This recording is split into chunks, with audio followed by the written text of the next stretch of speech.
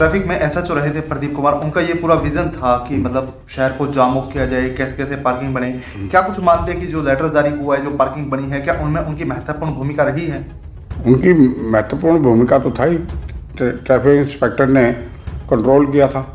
Chairman साहब, क्या कुछ कहना चाहेंगे? पार्किंग के स्थल से समय चयनित किया गया ताकि लोगों को जाम से निजात मिल पाए। सर, क्या कुछ कहना चाहेंगे?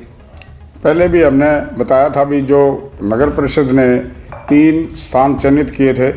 एक तो सदर थाना की वो जो बिल्डिंग है हैंड ओवर नहीं हुई है, एसपी साहब से हमने लिख के दिया हुआ है। उसके अलावा एक टेम्परेरी पार्किंग जो अपने ये स्कूल है, इसके सदर के सामने स्कूल, उसका भी तोड़ने का टेंडर लगाना है, उसकी जब भी जल्दी हो जाओ।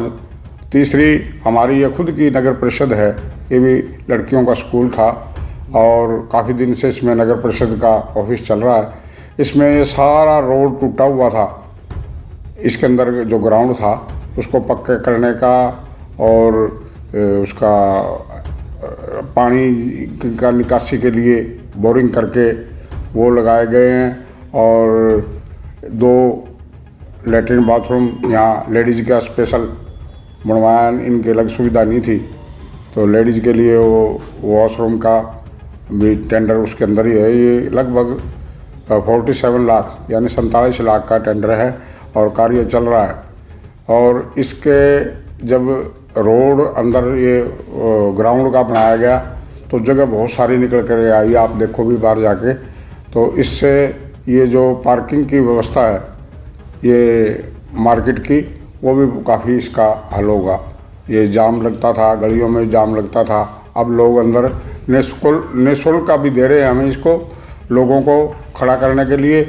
और जब गाड़ियों की सुरक्षा के लिए अगर कोई छोटा टेंडर लगाना पड़ा तो टेंडर कॉल करके हम इसका सुविधा देंगे। तो चेयरमैन साहब, लोगों को कितना का बेनिफिट मिलेगा? क्योंकि रविवार की बात करें, अदर डेज की बात करें, शहरों में जाम बहुत होता है, बाजारों में आमतौर पे लोग निकल नहीं पाते। तो जब ये पार्किंग स्टार्ट हो जाएगी और कितना का बेनिफिट मानते हैं कि लोगों को मिल जाएगा इससे सारा तो लगेगा। पहले जाम में और अब जाम में अंतर आप देखो, मार्केट की आधी से ज़्यादा गाड़ियाँ यहीं खड़ी होती है। जितने भी लोग यहाँ आते हैं मतलब सामान खरीदने के लिए, पहले गली में लगा देते थे, अब वो अंदर अपने नगर परिषद में लगाते हैं सारी गाड़ियाँ। स्कूटर मोटरसाइकिल गाड़ी लगाते हैं कुछ। इसमें जो नगर परिषद का काम करने वाले कम है, बाहर के लोग ज़्यादा इसमें अपनी गाड़ियाँ खड़ी करते हैं। तो कब तक पार्किंग स्टार्ट हो जाएगी? पार्किंग का टेंडर लगा दिया, काम चालू है इसका तो। और उनका जल्दी हम जब भी हैंडओवर होगा उसी टाइम इसका भी कार्य कर देंगे। टेम्परेरी पार्किंग के लिए आपने बताया नहीं, मॉडल स्कूल के सामने जगह है, उसके बारे में ट्रैफिक इंस्पेक्टर से बात करके लेटर हमने लिखा हुआ है। और एक जाट धर्मशाला के सामने वहाँ का पार्किंग का लिखा है। ये सारा जो अगर सही ढंग से हो जाए तो शहर के अंदर बहुत बड़ी निजात मिलेगी। दूसरा अंडरब्रिज का और ओवरब्रिज का कार्य चालू है, उसके बाद में और भी समस्या हल होगी। सर, ट्रैफिक में एसएचओ रहे थे प्रदीप कुमार, उनका ये पूरा विजन था कि मतलब शहर को जाम मुक्त किया जाए, कैसे कैसे पार्किंग बने। क्या कुछ मानते हैं कि जो लेटर जारी हुआ है, जो पार्किंग बनी है, क्या उनमें उनकी महत्वपूर्ण भूमिका रही है? उनकी महत्वपूर्ण भूमिका तो था ही। ट्रैफिक इंस्पेक्टर ने कंट्रोल किया था जी। और अब भी जो भी ट्रैफिक इंस्पेक्टर हम उससे मिलके उसी जो भी कार्य है जो अधूरे है उसको हम इम्प्लीमेंट कराएंगे। बाजारों में अतिक्रमण के बड़े मामले हैं, क्या कुछ कहना चाहेंगे? नगर परिषद किस तरह की कार्रवाई सर कर रही है? ये भी ट्रैफिक के अंदर बहुत बड़ा वादा है। आप कह रहे थे भी ट्रैफिक का जाम लगता है, ये भी जो जाम का कारण ये एंक्रोचमेंट है, जो दुकानदारों ने अपने आगे रेहड़ियाँ लगवा रखी है और कुछ अपना सामान बाहर दूर दूर तक आपने 2.5 फुट की सरकारी छूट दी हुई है उनको, 2.5-3 फुट की, लेकिन वो 10-10 फुट तक भी अपना सामान लगा लेते हैं, जिसके लिए हमने अभियान चलाया। पहले हमने इनको नोटिस दिया था कि आप लोग अपना दायरे में अपना सामान रखें, अपने हद में रखें, और जो नहीं रखता है उसका ये सामान हमारी टीम नगर परिषद की जाती है, कर्मचारियों की, अपने जयवीर जी चीफ और उनकी टीम, सतीश से एक लड़का है, वो ये जा कर के वो सामान ले कर के आते हैं। लेकिन सबसे बड़ी बात यह कि एक तरफ तो वो हम सामान उठा के लाते हैं, उसी दौरान कई आदमियों की सिफारिशें भी आती है, जी छोड़ दो, ये व्यवस्था में बाधा है। मैं आप लोगों से एक ही अपील करूंगा कि आप लोग शहर की व्यवस्था सुधारने में हमारा सहयोग करें और आप इस तरह का वातावरण बनाएं कि शहर स्वच्छ, सुंदर और खुला नज़र आए।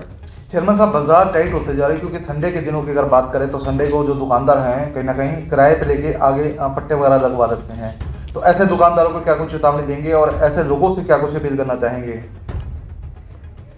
नहीं, ये मार्केट जो संडे मार्केट लगाते हैं नहीं, वो तो संडे वाला दिन तो चलो कोई दिक्कत नहीं है अगर वे लगाते हैं। उसके अलावा जो दिनचर्या रोज़ सिस्टम है दुकानदारों का, उसके भी आगे रेडियो लगवा लेते हैं और उठाने के लिए जाएं तो रेडी वाले को पता लगता है कि वो दुकानदारों को पैसे देते हैं अपनी रेडी लगाने के लिए। तो इस तरह का सिस्टम नहीं होना चाहिए। उनके आगे से ये जितनी भी अक्रोचमेंट है फालतू की, हम सफाई कराएंगे और इस तरह का साफ़ सुंदर शहर बनाने में आप लोग भी हमारी मदद करें और ये सहयोग करें।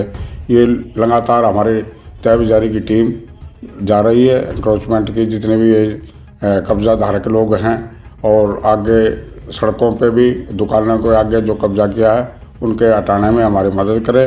आप लोग सहयोग करें ताकि आपका शहर स्वच्छ और सुंदर बने। तो मान के चले कि जो अतिक्रमण के नाम पे वसूली करते हैं उन दुकानदारों के खिलाफ नगर परिषद एक्शन लेगा और एक्शन लेगा, ये मान के चले सर?